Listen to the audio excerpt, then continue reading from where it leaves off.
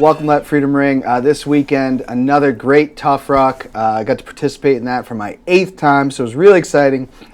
Raising money for Gold Star families. So I want to just give a shout out to everybody that participated and congratulations on finishing. Also to all the finishers of the Boston Marathon. I know they had some medal issues at the end, which would be very discouraging when you do finish a race, but it is what it is. But my guests this week, they're both making returns to the show. They've been on the special baseball episode. Both have been in studio. But I got the Chicago boys, Nick Cappa and Frank DelleChiaie. Welcome, boys. Thank you. Good to have you guys back. Frank, it's been, you were a very early guest in Let Freedom Ring. Nick, you were a guest, I think, around 2 years ago. But how have you guys been? How you doing in 2023? I'm doing wonderful. It's been a decent year. I'm waiting for softball to start back up, getting back to the swing of things.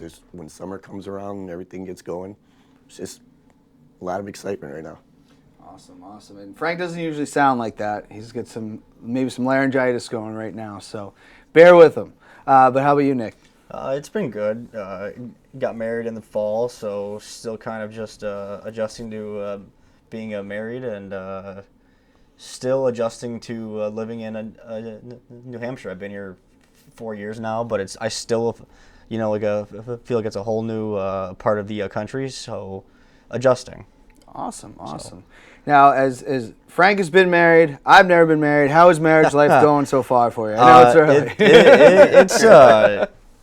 It's good. It's not really anything different other than the government is involved. No, okay, yeah. Now, but we lived together for 2 years before we got married, so it's the same. It's fun. Awesome. Yeah. Awesome. Well, congratulations. And Frank, I want to talk about this with you real quick. A couple weeks ago, you and I, you are a supporter of the Chicago Hounds. As everybody knows that watches the show, I love the Major League Rugby, and we went to see the Hounds versus the New England Free Jacks. What was the experience like for you at Fort Quincy?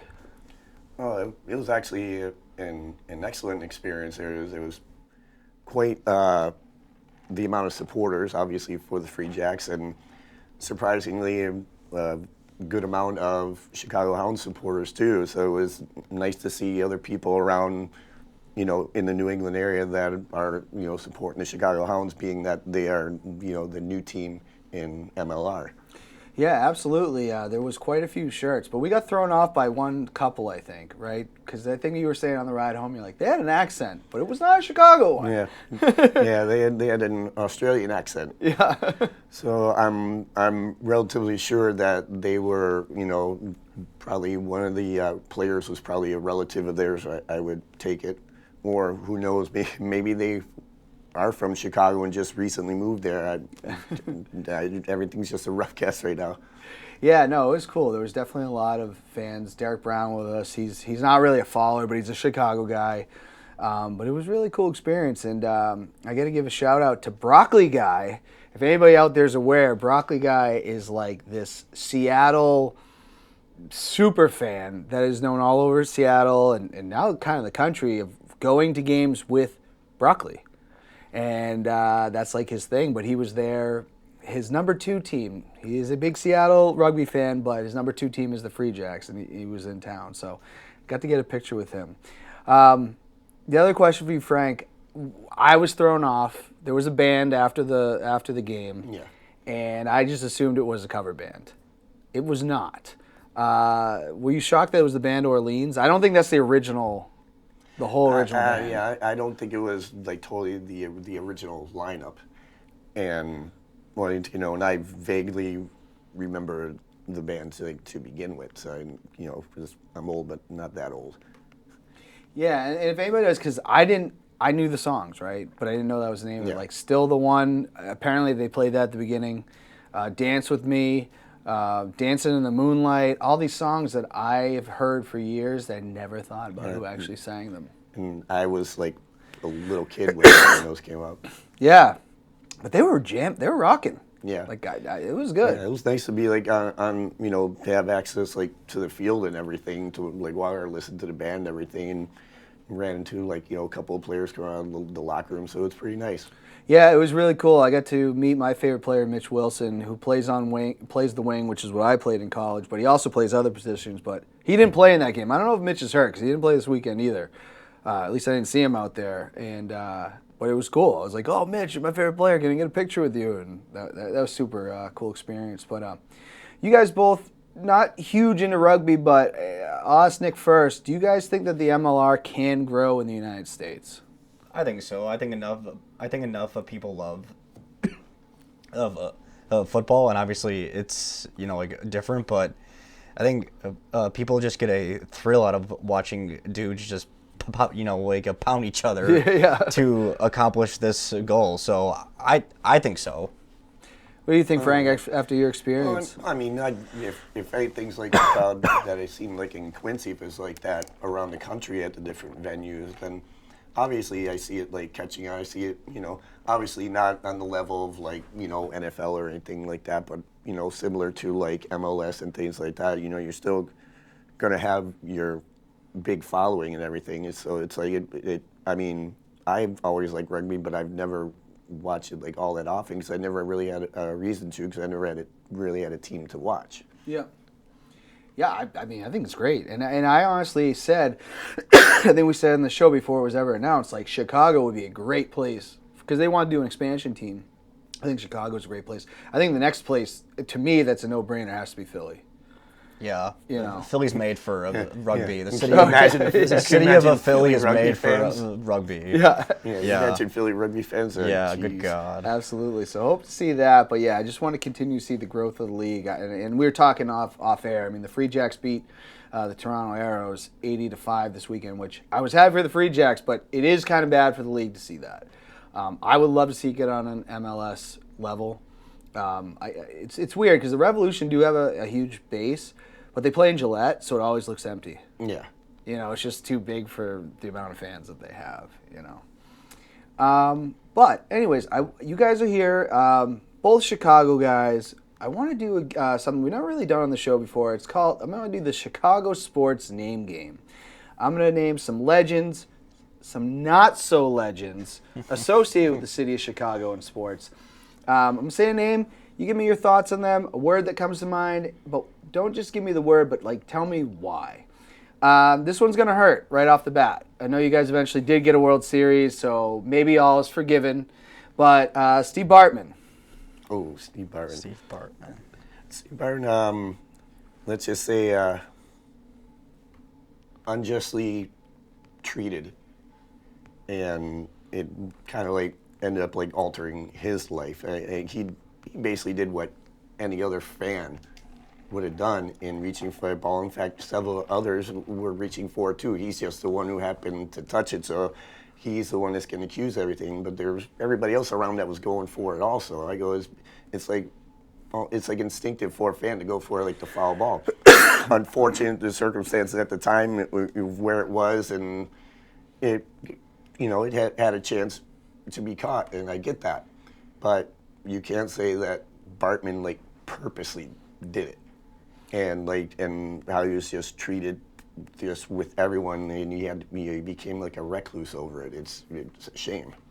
No, I agree. Nick, what do you think on that? I remember I was 8 years old when the Bartman incident happened, and I think that's the first time sports ever made me cry.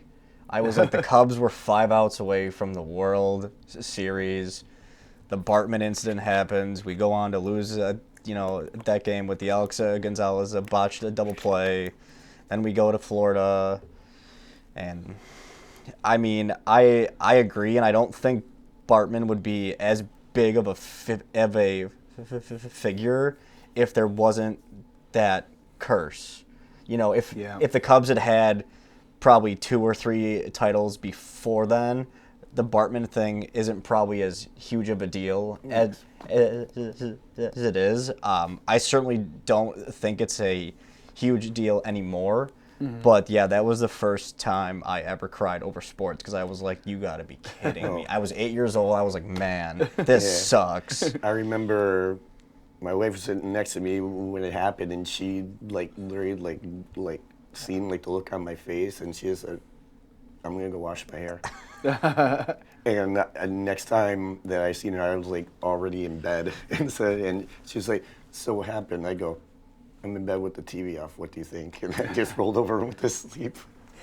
Yeah, I watched that game live. I was still such a, because I've said on the show, like, I don't follow baseball like I used to. Like, I was like, it didn't matter. Like, it was the Cubs and the Marlins. It was the NLCS. I ain't missing a game. And I feel, though, and I don't know what you guys think, Moises Alou's reaction kind of sealed Bartman's fate. Agreed. Yeah, agreed. I agree with that.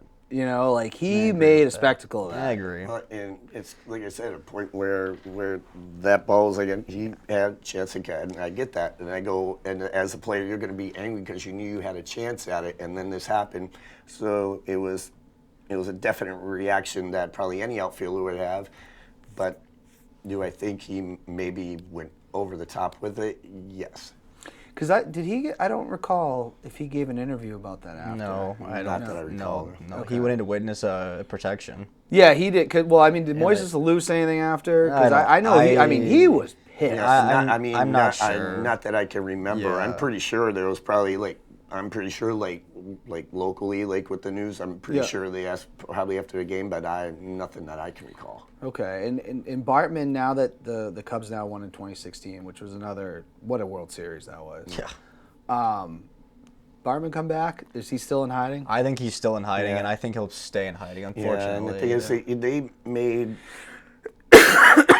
they made quite a few offers over the years to like reconcile, with him and stuff like that, and made an appearance, and I think that he basically just wants to be left alone.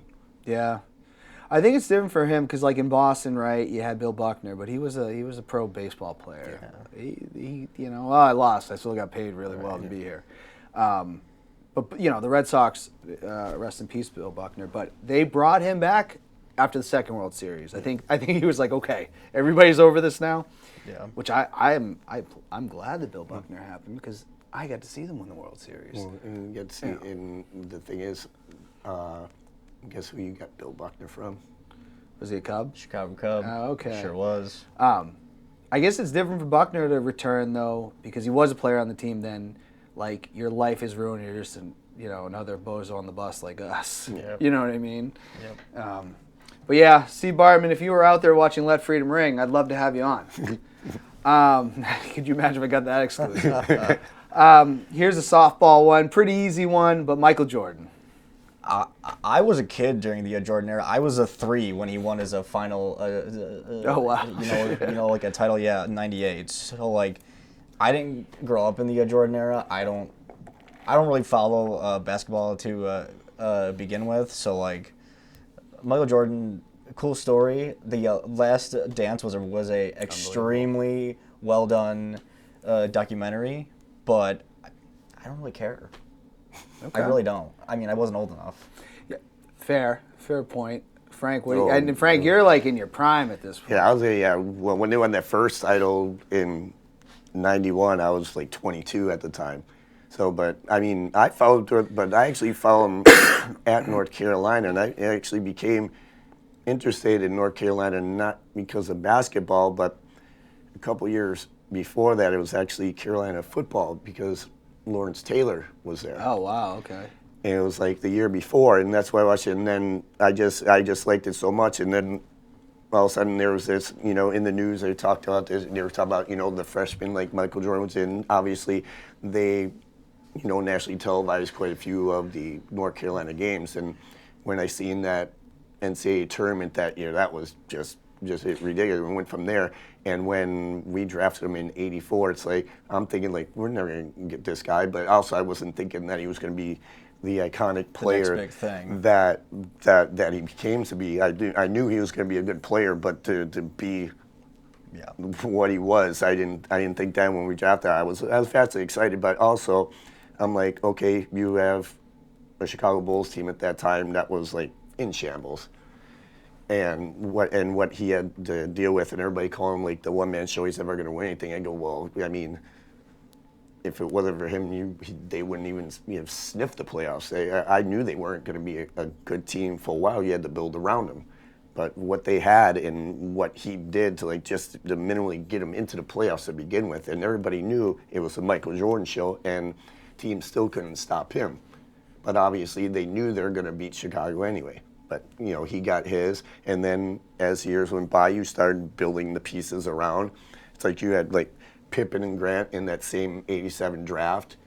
And it's like you all and you built from there, and you got key free agent figures, and you started building a winning contending team. And obviously by the time '91 gets there, and then boom, it blows out, and like I think they were going to three-peat.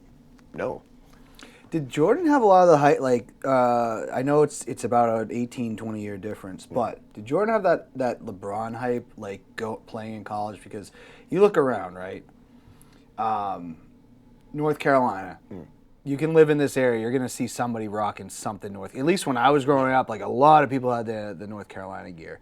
Did Jordan, I guess I didn't live in this time. Was he having that hype with everybody? Like people were buying into North Carolina because they just liked Michael Jordan? I wouldn't say as much, at least like his freshman year, because actually, you know, James Worthy was more of the bigger name at Carolina, like at that time. He was the established player at Carolina. And like you'll hear James Worthy himself, he goes, you know, I was a man here. He goes, but by the next year, and I wasn't. Yeah. Didn't Jordan get cut from North Carolina? No, freshman year? High school. He got cut. Was it high school? He got Okay. cut, Yeah, his cut high from his school high school coach team. cut him. Yeah, that's right. And then he went through this like growth spurt. Yeah. And then, you know, and even in his Hall of Fame speech, he brought up his high school coach too. Yeah, it's funny they bring that up because, like, obviously this guy, I know he got cut, but because they say, hey, well, Jordan got cut from. Don't tell that to every kid because the athletic ability that man has or had, I'm still sure he could ball to a certain degree. Not everybody has that. Some people get cut, and that's it. Yep. You were cut. Don't compare yourself to Michael Jordan. Yeah. Well, you've seen like the drive that he had. It's like the motivation that he had to excel, and that's it. Even back then, he goes, you know, he knew he had something to prove. He's like, you know, you made a mistake cutting me, and I'm going to prove it to you. Yeah. Yeah, I mean, honestly, yeah. One last thing on to Jordan. If you haven't seen it, the new movie Air. Oh, you've seen it? Yeah. It's out? Oh, yeah. Yeah. It just came out last week or so. Okay. Phenomenal. Yeah. About that whole story. Nike was gonna go broke to get Jordan, and they almost did. But man, heck of a story. Did you stream it or did you go to the theater? They really had to convince Jordan too, because Jordan was actually eyeing Adidas. He wanted to go after Adidas. Oh my God, life would be different. Yeah. His mom told Phil Knight, make me like an offer, or like make him an offer, and they almost went broke. So heck of a movie. You know what? I do have a question about this later, but what's kind of annoying me about Gen Z, they're calling Nike Nike. Yeah. I keep seeing this in YouTube. I'm like, Nike? What are they talking about? And they're talking about Nike, and I go, it's Nike. Nike? What? Where? What? It's like one of those things that kind of make you cringe a little bit. I'm like, what is happening in this country? But I want to get to the next one, very related to Michael Jordan. Everybody knows how I love Scottie Pippen. Scotty's like my one of my favorite athletes, non-New England, right? My favorite basketball player is Paul Pierce, right? Because that's the guy I got to see all, like, you know, when I first started watching basketball, it was the Jordan time, and Larry Bird was starting to go on the decline, so, like, enjoyed, you know, McHale was there and stuff. But I was so young. But I always remembered Scottie Pippen for me when I was a kid was that Jordan was, like, the main guy, and Scottie, you know, Batman and Robin. And for whatever reason, I was always a supporter of Robin over Batman. So, you know, I like Pippen. I had a Scottie Pippen poster. What do you think of when you hear Scottie Pippen? Again, I wasn't old enough, but I like the Scottie Pippen realness to talk about. No, things weren't always okay with Jordan and I. Like, he wasn't just like, yeah, you know, it's cool. Like, you know, like, we're cool. He was like, no, I hate that guy. And, like, we're not cool. Like, this is not cool. I also do love drama, so I love Michael Jordan's kid is now dating Scottie Pippen's ex-wife. Wow. I think it's hilarious. That's something. I think it's hilarious. It's probably what not, but I think it's hilarious. Yeah. So, yeah, that's pretty much all I got on Scottie. What do you think, Frank? I know you're a big critic, but I think you do love Scottie Pippen. Well, no, I'm a critic in the matter of them just saying, well, if it wasn't for him, Jordan wouldn't have this. And I go, well, it's the literal vice versa thing. It depends on who you talk to. And I go, well, to be honest, I go, nobody's a one-man team that's going to win championships. You need to have that guy next to you, that you have the 1A and 1B, and that's pretty much like what they were. But when Pippen came in, he was more of a raw talent. And to be honest, I only heard of him in his final year of college at Central Arkansas. So that's when I kind of didn't really get to see him on TV or anything like that. So I had to follow in the newspapers and on the news and stuff like that. And then when it was getting closer, to draft day, I was hearing the rumblings of how they wanted to pull a trade, with Seattle. Seattle was going to pick Scottie and immediately, trade him to imagine? and trade him to, Chicago. So I'm and at that point I'm thinking okay, this kid's a raw talent. I go and who better to kind of help mold that raw talent that Pippen had. At this time, it's you have Jordan, who's the established veteran there. And Jordan's going to have that drive, and he's he's going to push him, and Pippen bought into it. Pippen became the player that he was, due to the fact of constantly being pushed by Jordan, to get his talents out there, and literally obviously he was a point forward before any of these guys out there. I get it. Now you were living in the area at the time, right? Or were you already in New Hampshire? When Pippen was drafted, I was still in Chicago. Okay, because someone has said on this show, Joey Eastman, I don't know if you know him, Sidney Bacabella, he's a wrestling manager. He said that Pippen was known around town as no tippin' Pippen. Is that a thing? He didn't leave tips when you go out to restaurants. That's not anything that I really knew about. So that's news to me. I go. So I don't like, and if I'm slandering Scottie Pippen, I apologize. This was said on the show. So I can't say if it's the truth or a lie because I never really knew anything about that. So all right, and next one, I think Nick, you're gonna like this one. Jay Cutler. Oh, Smoking Jay, baby. Smoking Jay. Smoking Jay was probably my first Bears player that I lived and died for. I was so excited when the Bears traded for Jay Cutler.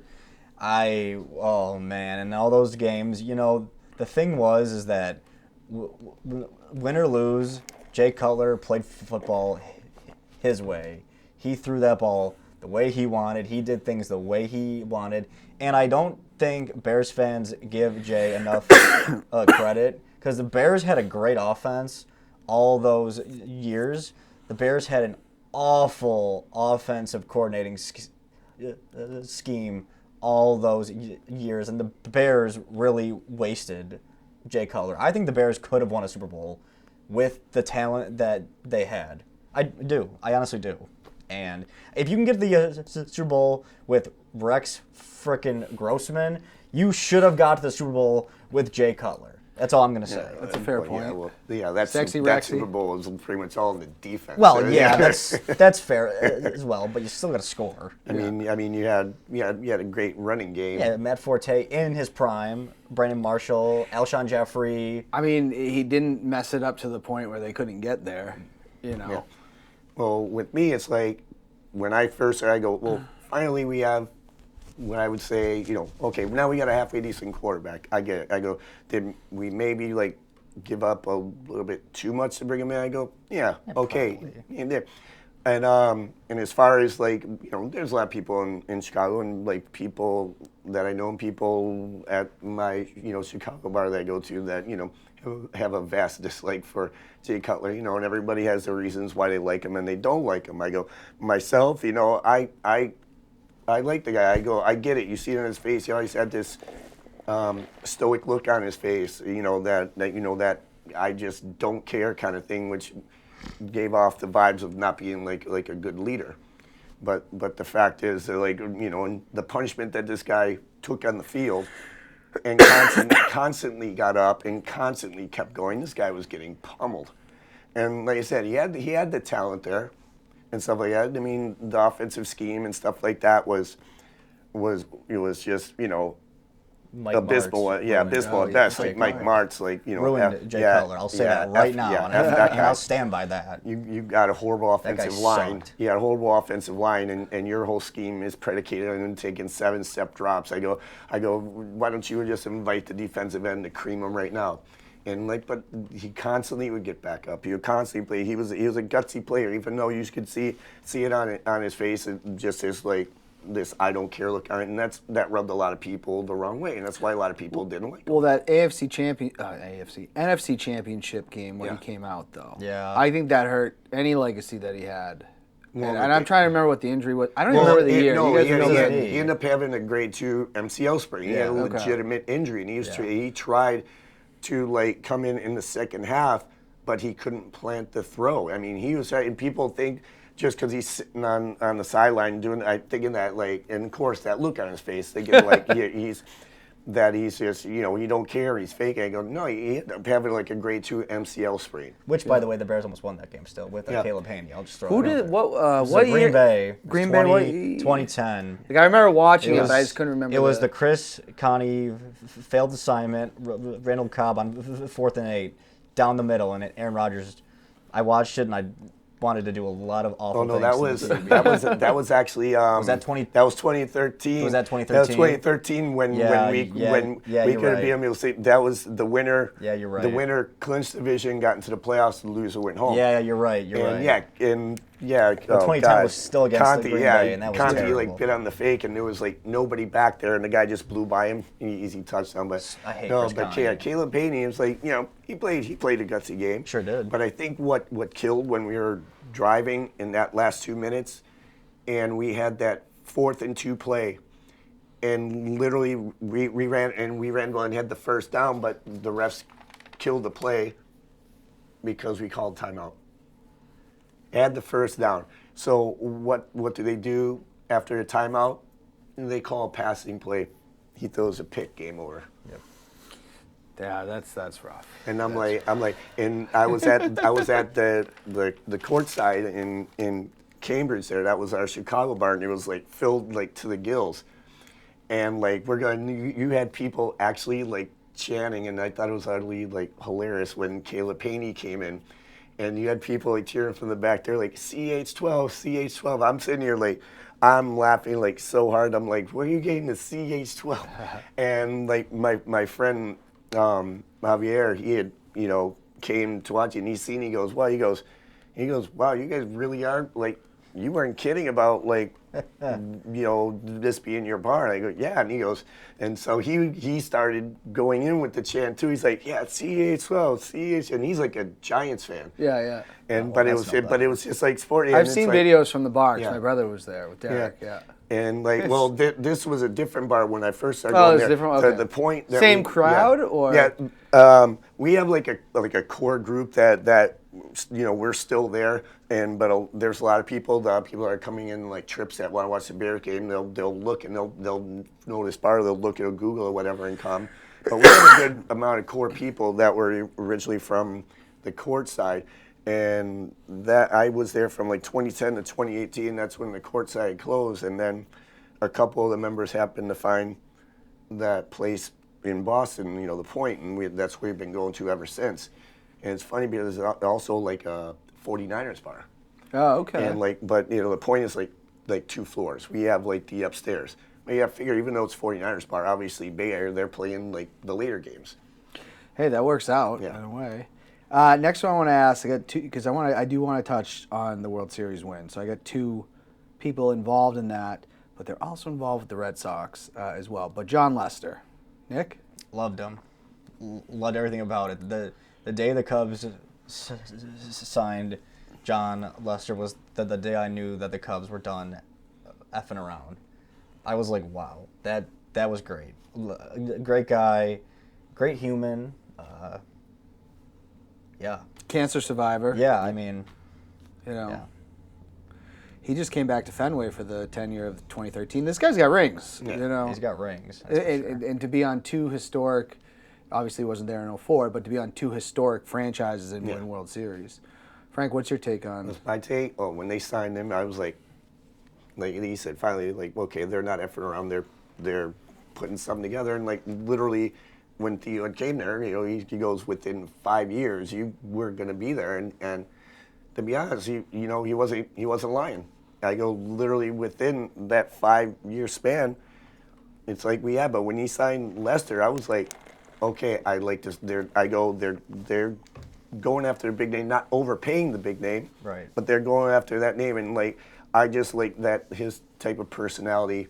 I thought it fit well with the group of players that we already had there and what they were building around, and like he brings also a sense of like leadership also, because because obviously he's a proven winner. He's going to bring that mentality there. And like I said, he's a very cool guy too. I remember he paid like he paid for the tab, a whole bar tab. And it was Murphy's. Like they showed at Murphy's. That's like right across the street from Wrigley.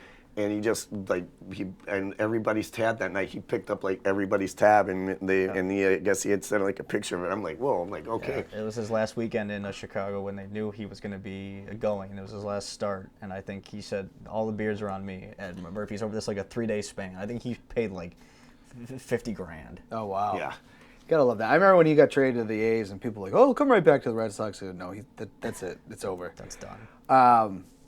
Want to ask this because this GM has done something that like is no one else has ever done. There's been 2 curses in my lifetime in baseball that I grew up knowing what they were, which is the curse of the Billy Goat, which is the Cubs, and then the curse of the Bambino. And Theo Epstein is the GM that broke both of those. I remember when he came in as a 28-year-old GM for the Red Sox. This was like, John Henry and his group, they had bought the team and they're hiring this young kid. And I remember like reading the article being like, I think I'm in high school at this point, being like, I think that's a good idea, to hire somebody younger. Not proven. Well, he proved himself. Word association, Theo Epstein. I think Theo Epstein is the greatest general manager of all time, but not only do I think he's a great GM, he now works for the league, and I think that's the right move for the league. I think the league is in a good hands with Theo Epstein. Absolutely. Oh yeah, it's like when I heard that he was signing as GM in Chicago, I'm like, I go, okay, I get it. He's a Boston guy, I go, but that didn't take away from the fact that, I knew this guy knew what he was doing, and he's like, he got up there, he wasn't mincing words or anything. He goes, we're gonna turn this around. He goes, it's gonna take a while. He goes, but everything's gonna be set in place. He goes, and give us about 5 years, and we're gonna be right there. We're gonna be, the worst. And like, he actually, people think that they should have done more with the core of the team. Obviously, yeah, understandable. But I go, but you had 5 consecutive years in the playoffs, 3 consecutive NLCSs and a World Series. I go, that's pretty successful for me, being that when he first came in, this was like the last place franchise. He was in 100 games left and right. And he said, we're going to build it from the ground up, and he made sure he had, like, the minor league system stocked, and he knew when to bring, like, certain players up, and like I said, and he knew what key guys, like, to bring in. He literally, like, you got to feel, because they made a movie, Moneyball, and you got to feel for Billy Beane, because Theo essentially did what he was doing with bigger budgets. Yeah. Yeah. Like with the Red Sox, like he had a little bit more to play with than if he was the GM of the A's. So he kind of like took that idea and like had the money and the mentality to like make these teams. At least for the Red Sox, he deserves a lot of the credit. I always have to say though, Dan Duquette did make a lot of that 04 team, and then Theo finished the job. Yeah. But sounds like in Chicago, that's all Theo. Like.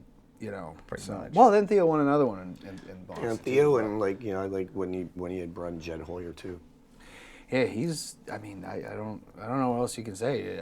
I think you're right. I mean, we could look back, but like to break not 1 but 2 curses, that's crazy. If you believe in curses, Matt Forte.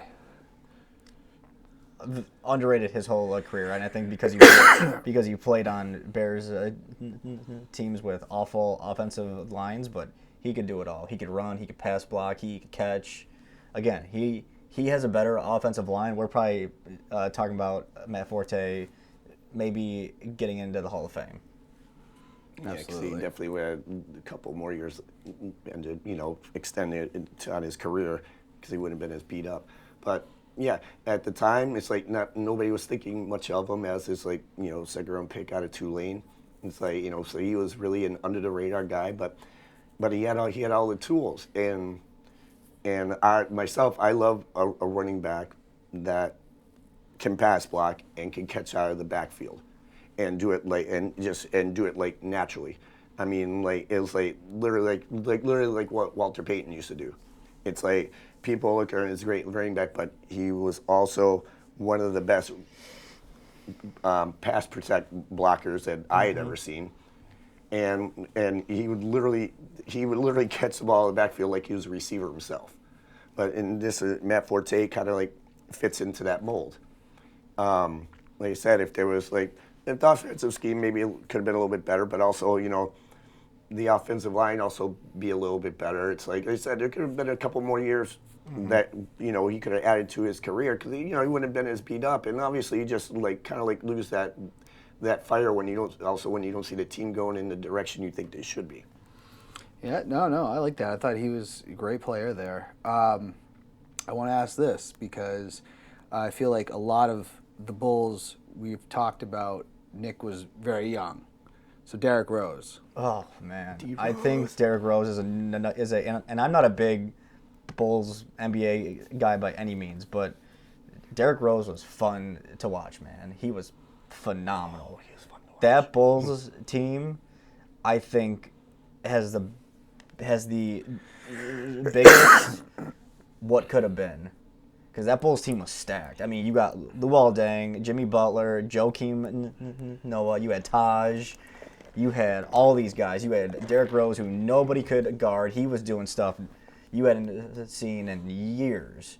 And then he tore his ACL, and that was it. Yeah, but he was never credit to Derrick Rose, though. He came back. He tore it again. He had that one night. Yeah, and then he came back again. Yeah. And he's made a career for himself. And I think he's actually getting ready to retire. But shout out to Derrick Rose. I would have loved to seen him play in Chicago this year and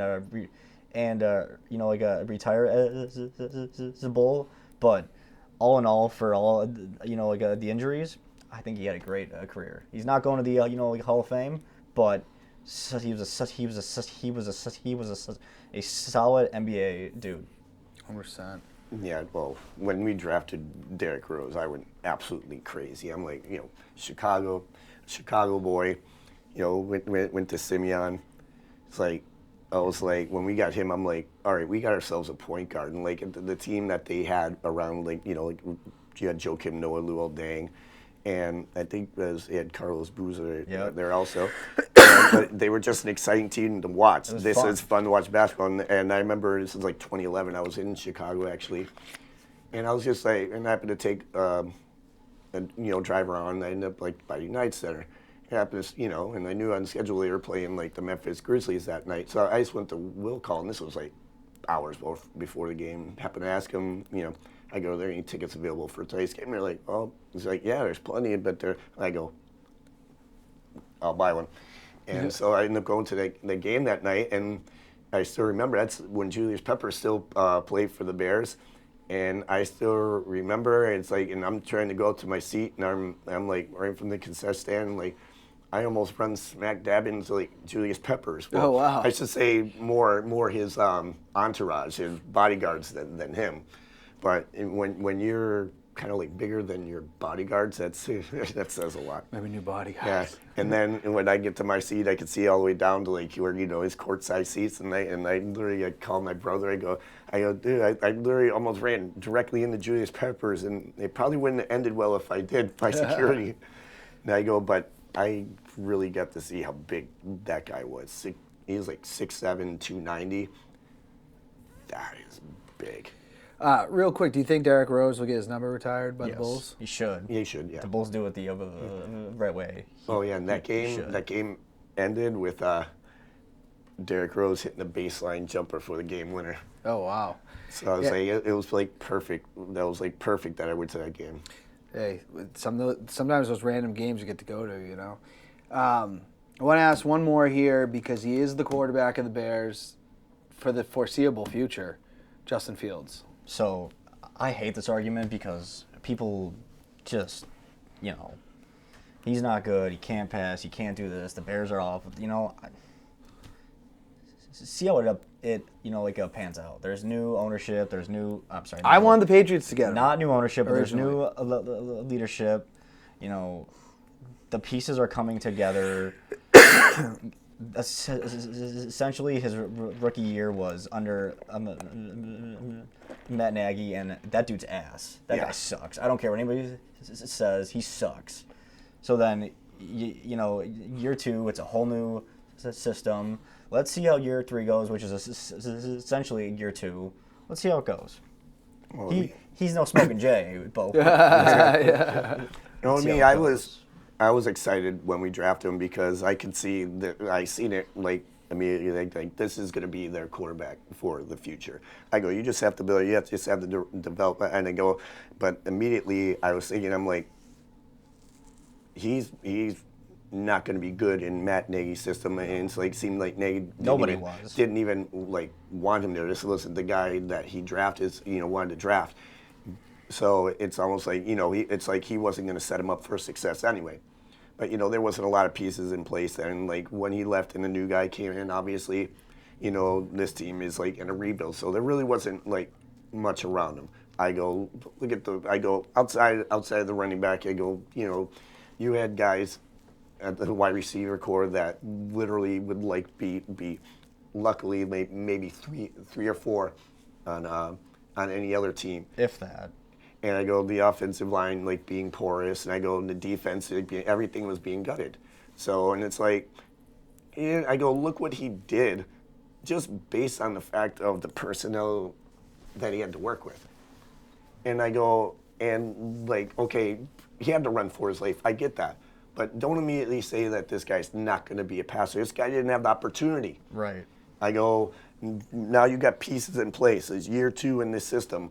This is where you can literally see where you're going with Justin Fields here because he's going to develop a lot more. And when they trade that number one pick and got DJ Moore, it's like, well, now you got a guy that's a number one. You move Claypool to two. You put Mooney in the slot where he should Cole be. Kmet. And you got Cole Kmet, and then Bobby Tunyon from Green Bay. We poached him from Green Bay, and he's a Chicago guy anyway, and he loved that the Bears picked him up. So now you got a nice tight end tandem. You got an offense that you can work with now. Everybody just has to get on the same page as far as that playbook. Everybody and build that chemistry together. I think they'll be fine. And like the guys they picked up free agent wise. On Tremaine defense, Edwards, TJ. I go that Edmonds. linebacking core is going to be TJ Edwards, yeah, pretty good. That's a legit, yeah. See, this is why you guys are real fans, and this is why I say it. I hate fan base, and I'm sorry, every fan base has this, where a quarterback is a pretty big freaking piece of the pie in football. And you have all these people, and I'm feeling it in New England, and I know you guys live here too. But as a fan, it's like they're ready to give up on Mac Jones after this year. And we know that not everything was right.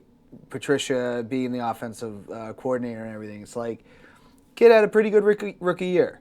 And it's like one season and people are like, this guy sucks, get him out of here. And I hate that mentality because I do believe young players have to develop.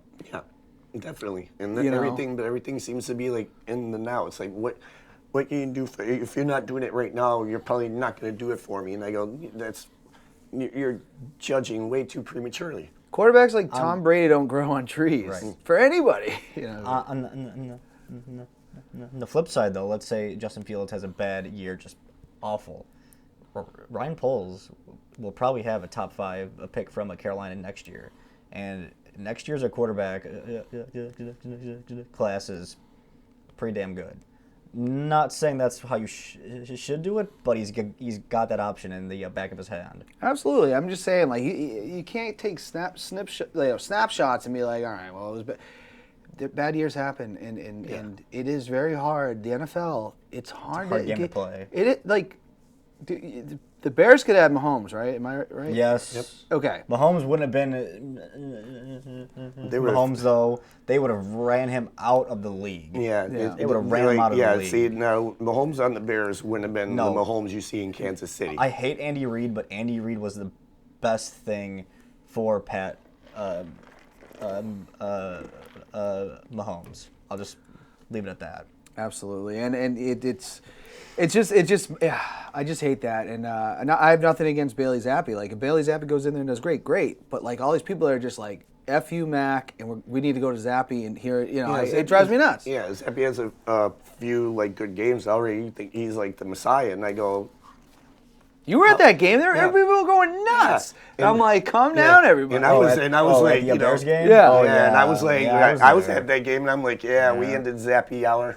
I was just like everybody. I was like, yeah, good for Zappi, but I was like, Yeah. And then in my head, I'm like, do these people know something like I don't know? Like this guy's gonna be, and I'm like, no, they don't. And then I watched the rest of the game, and it wasn't much better than what Mac was doing. So is it the quarterback or is it the guy that has no business running the offense? I don't know. I want to ask this real quick. We're getting a little short on time, but what do you guys? Both are Chicago fans in New England. Mm-hmm. New England and Chicago aren't necessarily rivals. But I know that when you do live in an area where fan bases are so hardcore into it, what are the things that annoy you guys about New England fans? I think Patriots fans are jackasses. Not all of them, but there's Patriots fans that I'm just like, no, I don't like you. So there's people that are my age that we were old enough to see all the Super Bowls, but the first three, we were kids, you know what I mean? And you're all, Titletown and Pats and this and that. You weren't around when the Pats were awful in the 90s and the 80s. Like, I grew up with the Cubs being good, maybe what? 03, 07, and 08. Other than that, I saw 100 losses every year. The Bears, not much better. They were, other than 06 and 2010, but that was a fantasy. We all knew that wasn't gonna, do anything. So I've been there. I've done that. These, people who are my age that haven't been there, haven't done that. All they've seen is rings and titles. They're kind of jackasses because they don't know what it's like to be awful. The Gen Z Boston, and I call Boston, New England sports, whatever you want to call it. I get that irritates me when everybody just calls it like Boston. No, it's New England. I'm not from Boston. I love Boston. I'm not from Boston. But like that fan base, I started noticing it more, is the Gen Z, where they've just seen all the winning. Like I went to one of the parades when the Red Sox won in 2018, and these kids were acting like, I was like, man, they don't appreciate like what it took to actually like get here, and it's just like this is just they just expect it because they were just born into it, and they're not used to the other. And like I said, it's not their fault, but also do a little reading, find out for yourself. I go, for every pinnacle there's a fall, and like everything's a peak and valley with every organization. I go, and you had yours. I go, you were just lucky enough to be born into when they were at their highest. I go, but the thing that's all you have, and like when they start like losing, and this is when you see the true fans when they start losing, all of a sudden it's like they're not that type of fan anymore. And I go, well, you got to accept like the good with the bad. I go, because you're not going to be good forever. Right. Yeah, and I'm all for like if people want to complain, fine. It's the people that turn the channel off, and they just now this isn't the thing to do. I think football is so big that it's only once a week.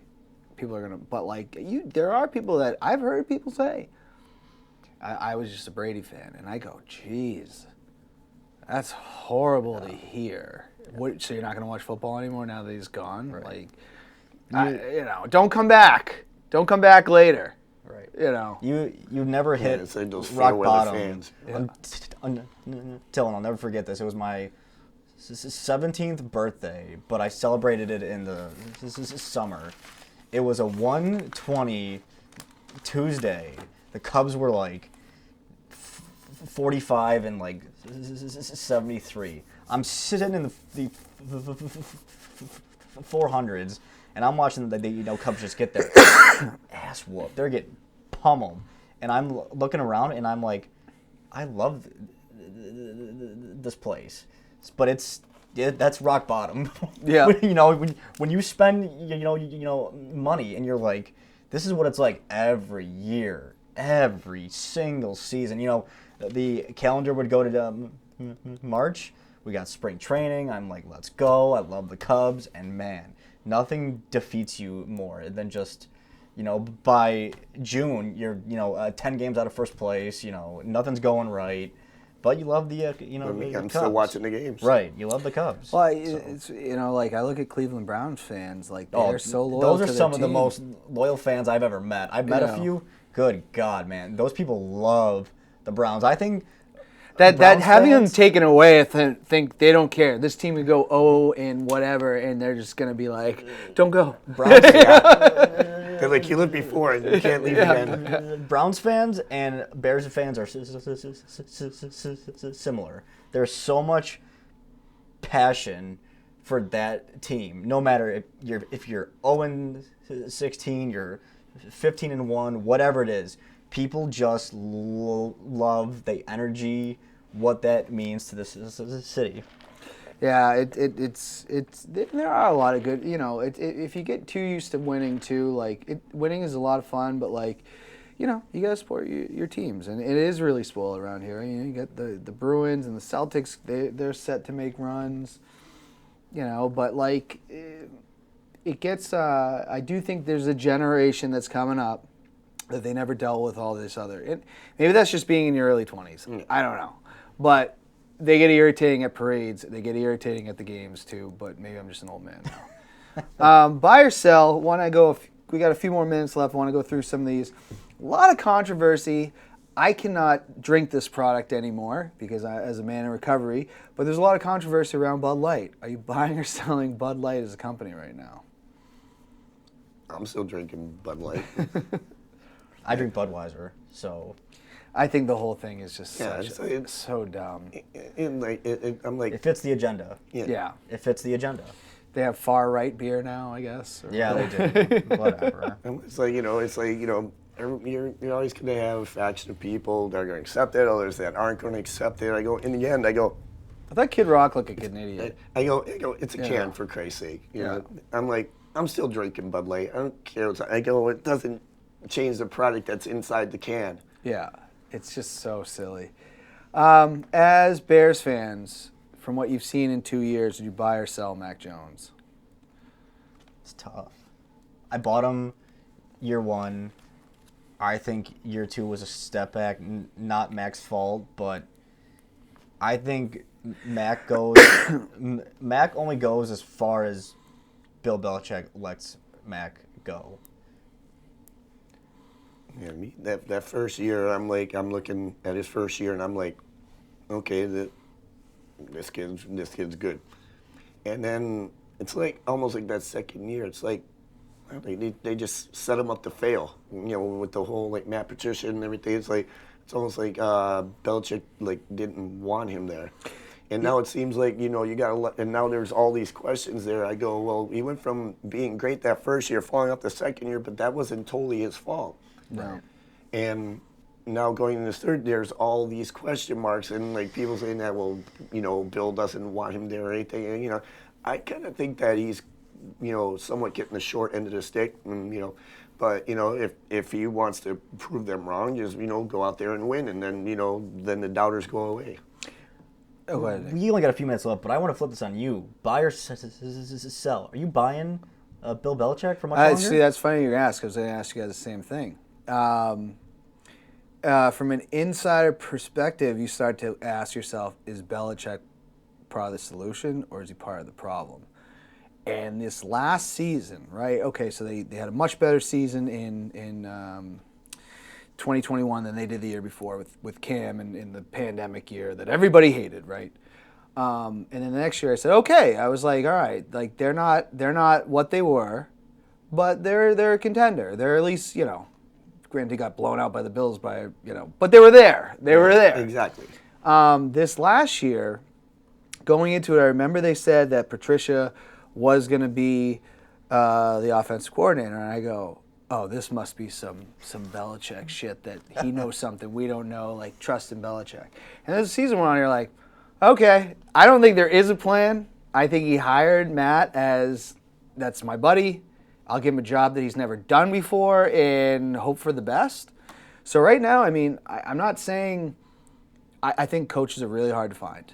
And Belichick has a great track record. Maybe he can snap out of it. But you got to also look at some of the great coaches, great owners. Like, look how crazy Al Davis went as he got older. Oh, yeah.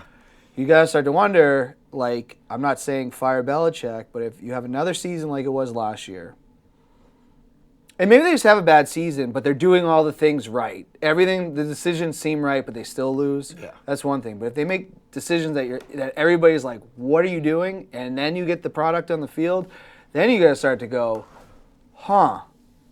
does this guy not care? Does he just not have it anymore?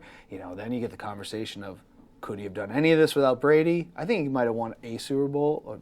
I don't want to totally, but I think he could have won he'd be a Super Bowl winning coach. Definitely not 6 without Tom. Yeah. I am buying Bill Belichick, but you're on notice, at least from this fan. But we're out of time. But Nick, Frank, this has been a pleasure having you guys on. We'll have to do it again sometime. But everybody out there, have a wonderful week. Keep your heads up. And until next time, let freedom ring.